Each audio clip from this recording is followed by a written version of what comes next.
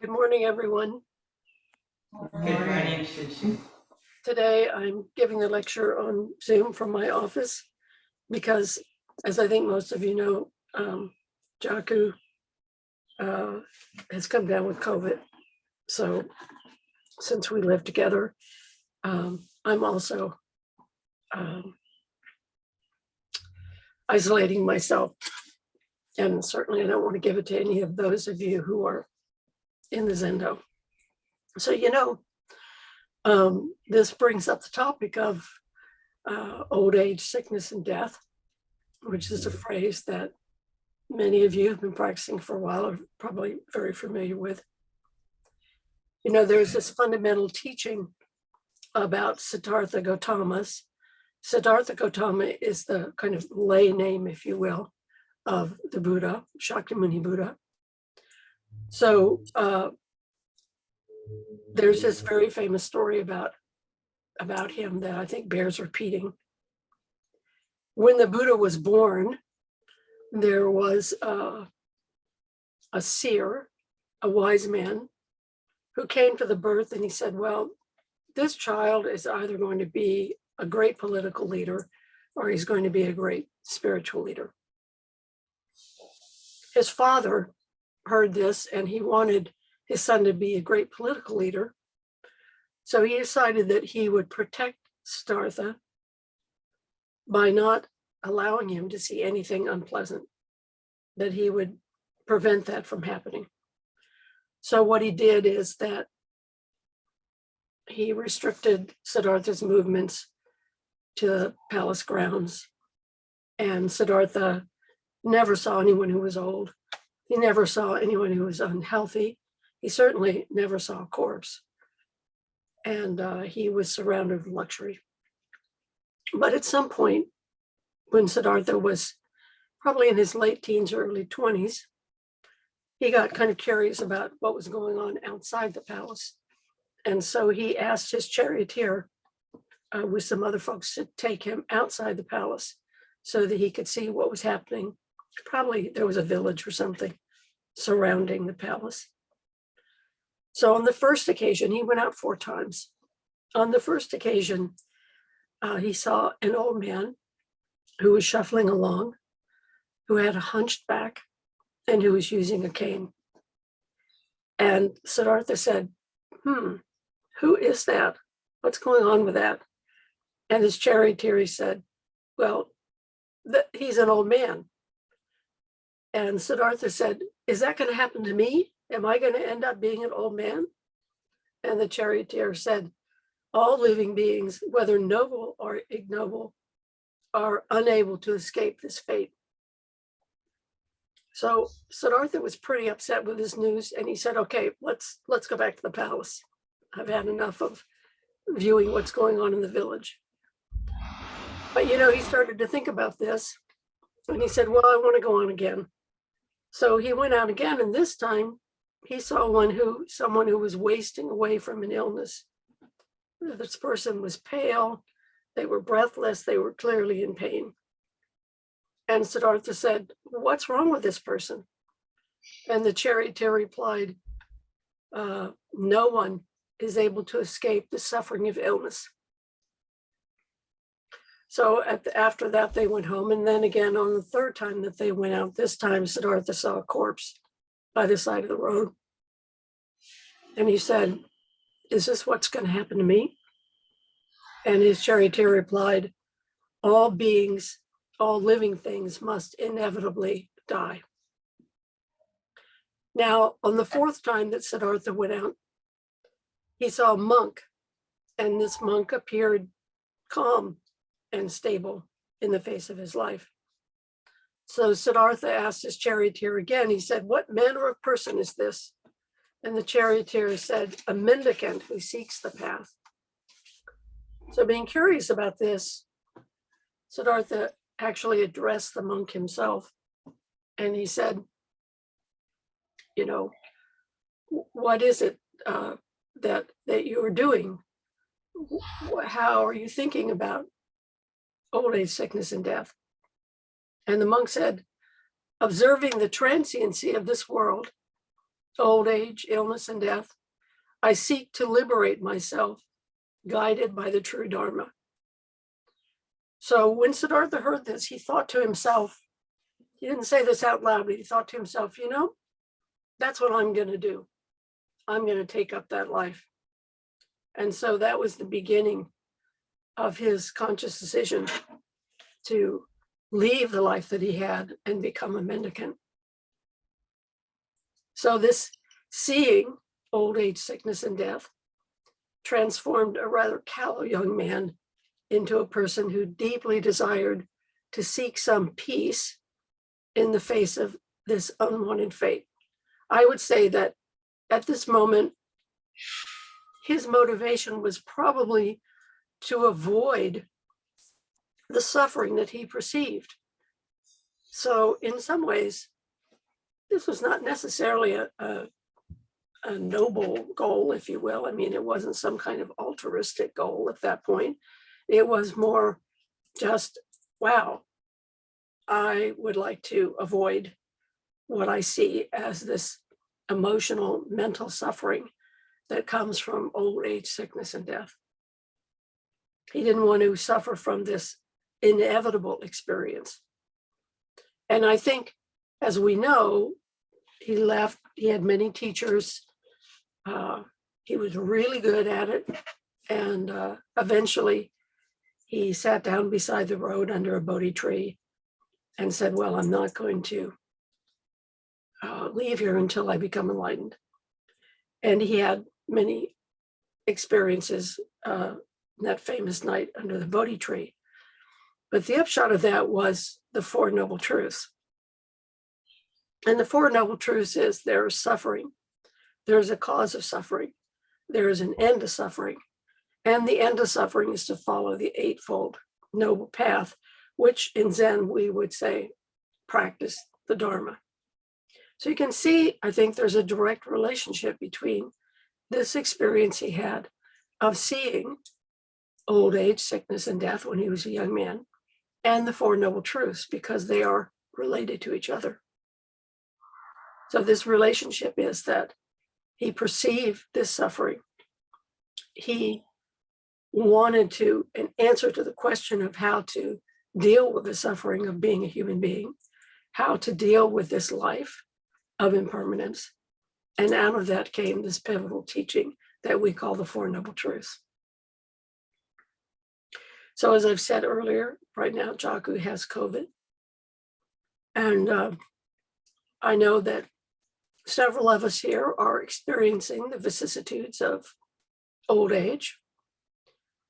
And some people here are experiencing the possibility of imminent death. And we have all, for the last couple of years, dealt and lived through COVID, a pandemic. So, I think a pandemic was something that none of us expected to see in our lifetime. I mean, we'd heard about it. People said, if we keep tearing up the rainforests and doing what we're doing, there's going to be a massive pandemic. But I really think that most of us thought, pandemic, Black Death, maybe the 1918 flu, but we didn't think that we would probably experience a pandemic. But now we have all experienced this worldwide pandemic. This has happened in our lifetime. And many, many, many people throughout the world have died. And yet we are learning to live with this. We are learning to incorporate this into our life. And I would say that all of us have lost friends and family at some point in our lives, and we know what that deep loss feels like, not necessarily from COVID, but just in the course of living our lives. And we're lucky. We're lucky if we survive to old age. Although I would say that most of us have the expectation that we will.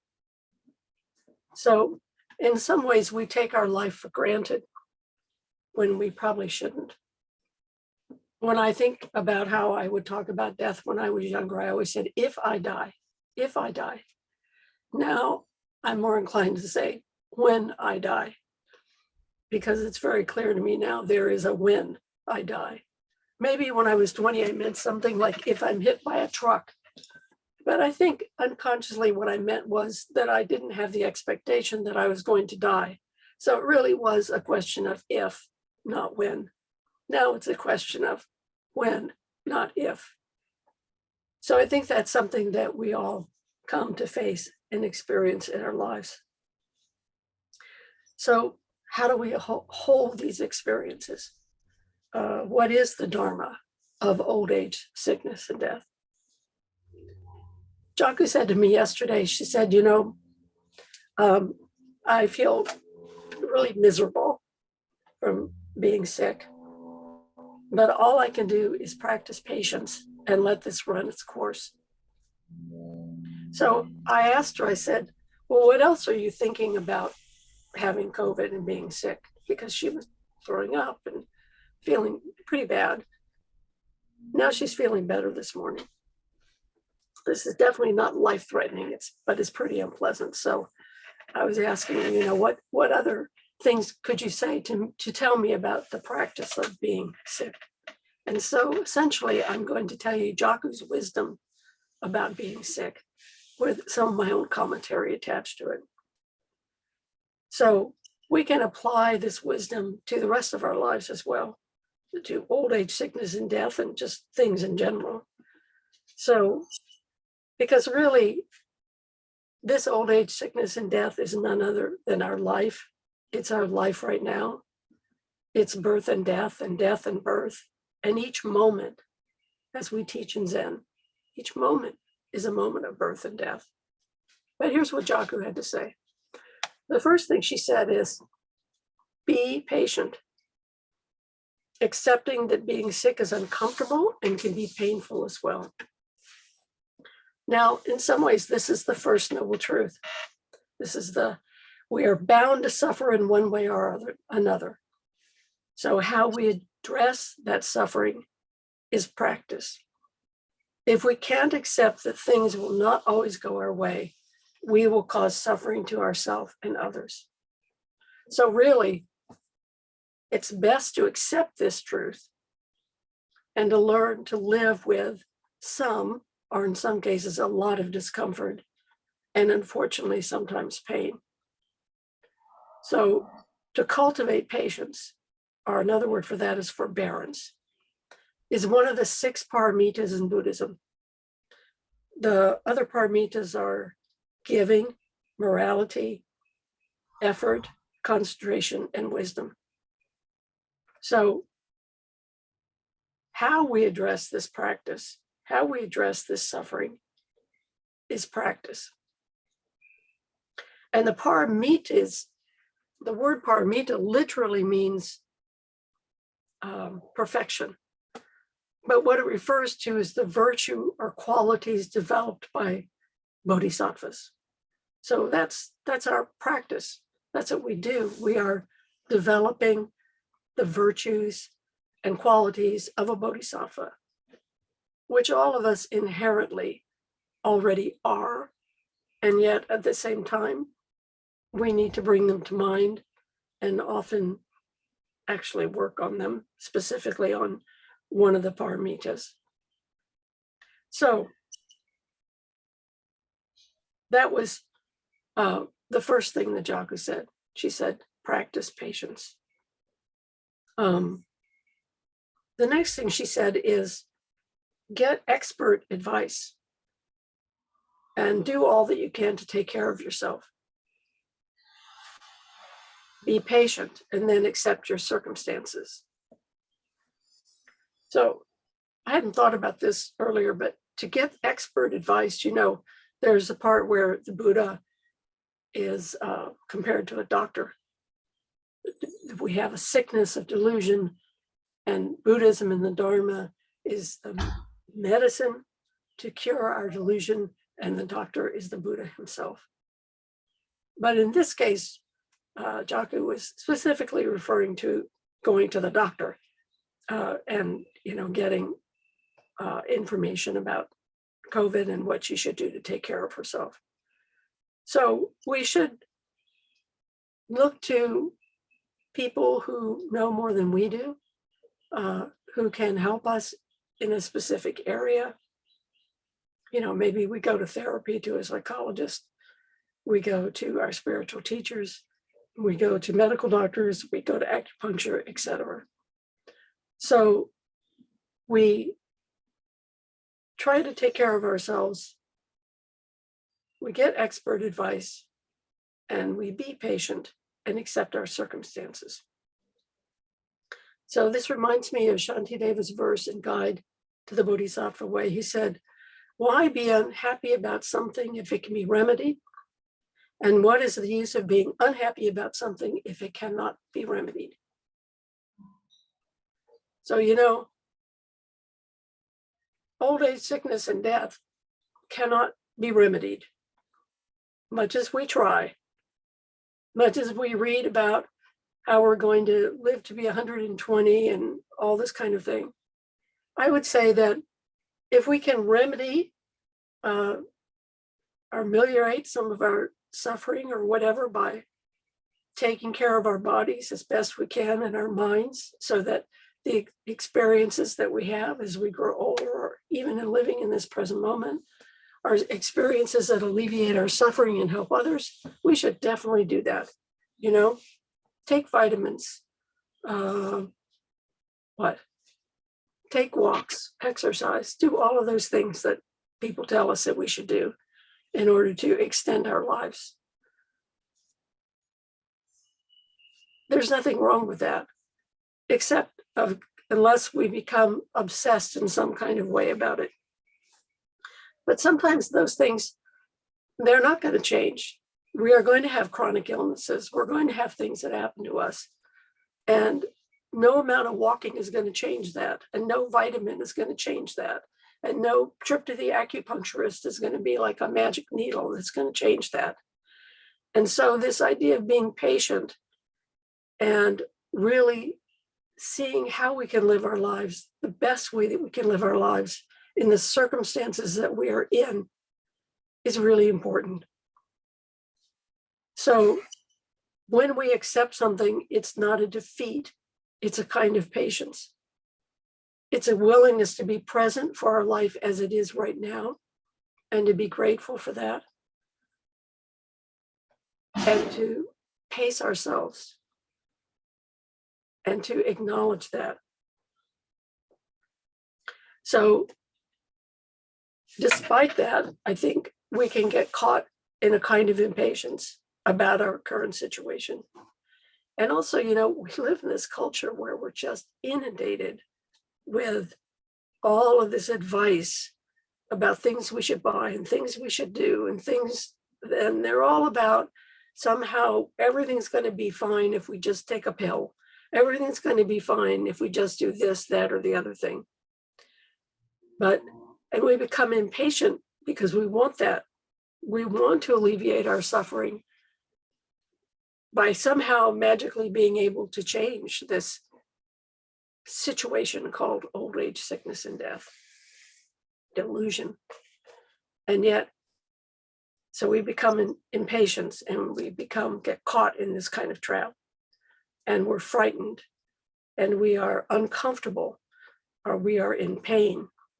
And we thrash around emotionally trying to run away from this because we don't want to experience this. If you're in chronic pain, you'll do just about anything to try to figure out a way to not have to experience that pain. And the last thing you want to do is sit in the middle of it. Just sit in the middle of it and accept that. But eventually what happens is that you run out of places to run to, and you have to sit in the middle of it. And that is what our practice is in a lot, is how do we sit in the middle of old age, sickness, and death? How do we sit in the middle of our lives and are grateful for that and find value in that? And we don't run away from that. So this Buddhist notion of how we fix this is to sit in the middle of it and to actually experience this and to bring about a kind of spaciousness in the midst of this. When we do that, our options open up and we start to relax into this and stop running away from it and stop saying, oh yeah, I have to keep going, I have to keep going, I have to keep going. And we actually allow ourselves to settle into our lives as it is right now, with the limitations and the spaciousness that we have in our lives. So no matter where we are in this process, it's important to stay with each moment, to accept our situation, ground ourselves in our life as it is. So in Jaku's case, she's sick. So she's not answering her emails. She's sleeping a lot. She's taking that antiviral that they're giving people who have COVID. She's doing all the things. She's getting this expert advice. She's following it. She's uncomfortable. She's accepting the fact that she's uncomfortable. And she's basically being patient with it. This is a kind of enduring that the Japanese call gammon. So gammon means enduring the seemingly unbearable with patience and dignity. To endure the seemingly unendurable with patience and dignity.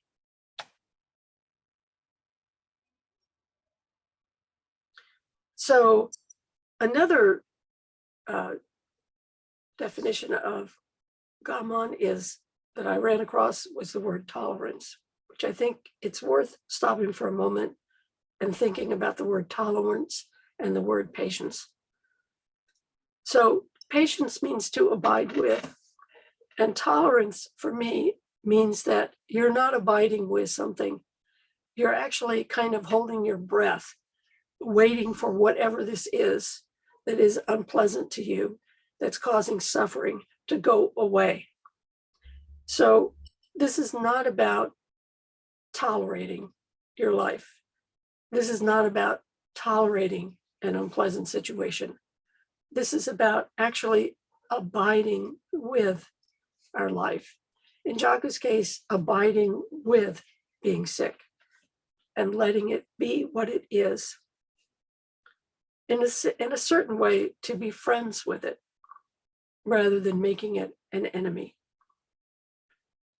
So practicing gammon brings about a kind of mental harmony and balance to one's situation.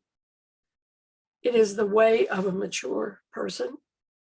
In our case, I would say it is the Dharma manifesting, to practice this, to strive to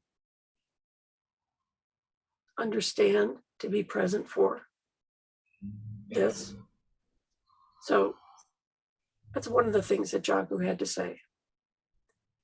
Here's another thing she said: don't make stories. Don't make up a story about what's going on. So don't get caught in projecting some kind of oneself into some kind of fearful, untenable state. So in the case of having COVID, not getting caught up in the idea that you're going to end up in the hospital in the next day. And that is not to say that one should ignore the possibility that you could get into a situation like that, but not to borrow, as we like to say, borrow trouble. Well, let's not borrow suffering by making up stories about what's going on. And that's true in general, not borrowing suffering by making up a story about our experience. That's in some ways, we just kind of make up out of whole cloth. Somebody does something and we decide that we're being attacked in some way. You know, one of the ways that things that I've noticed, an example of this would be like, you know, if you have a really, really good friend and also somebody you don't like. And if somebody you don't like says something to you, I don't know, something like, oh, you like to eat pomegranates? And you might say to yourself, oh, that person's criticizing me for wanting to eat pomegranates. And then somebody you really like says, you like to eat pomegranates? and you say, oh yeah, I really do. You want to try some? So, I mean, that's kind of a really simple and sort of absurd example, but there's this way in which we do that.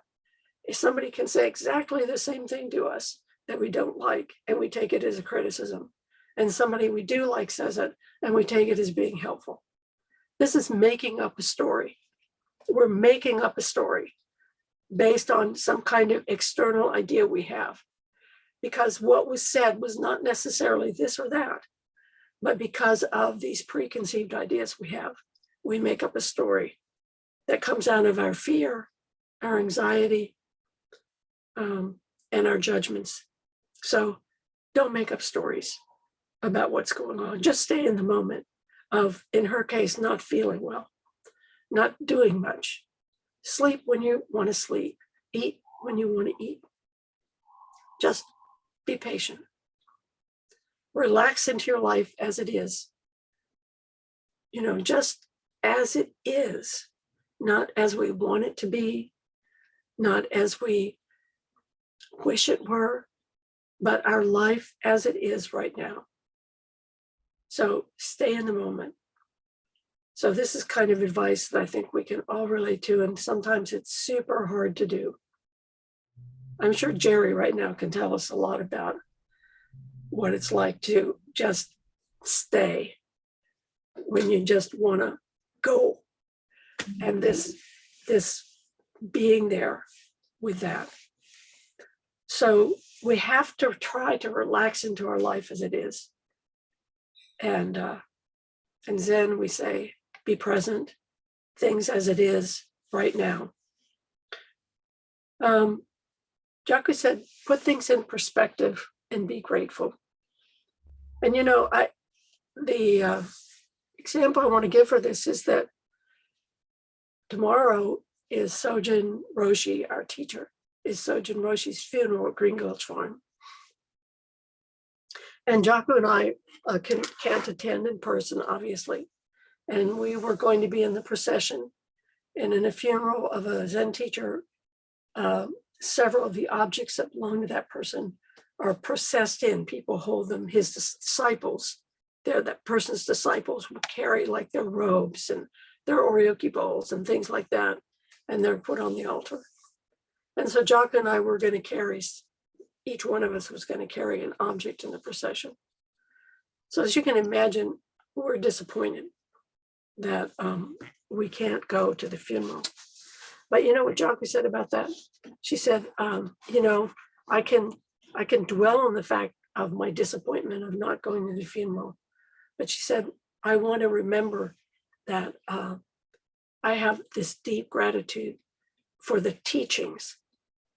I received Sojin's teachings, and to receive his teaching is more important than carrying an object in a ceremony. So that she has, instead of dwelling on what we're not doing, Jocko wants to dwell on and think about and accept and have deep, deep gratitude for the gifts that Sojin Roshi gave us, which we already are and have.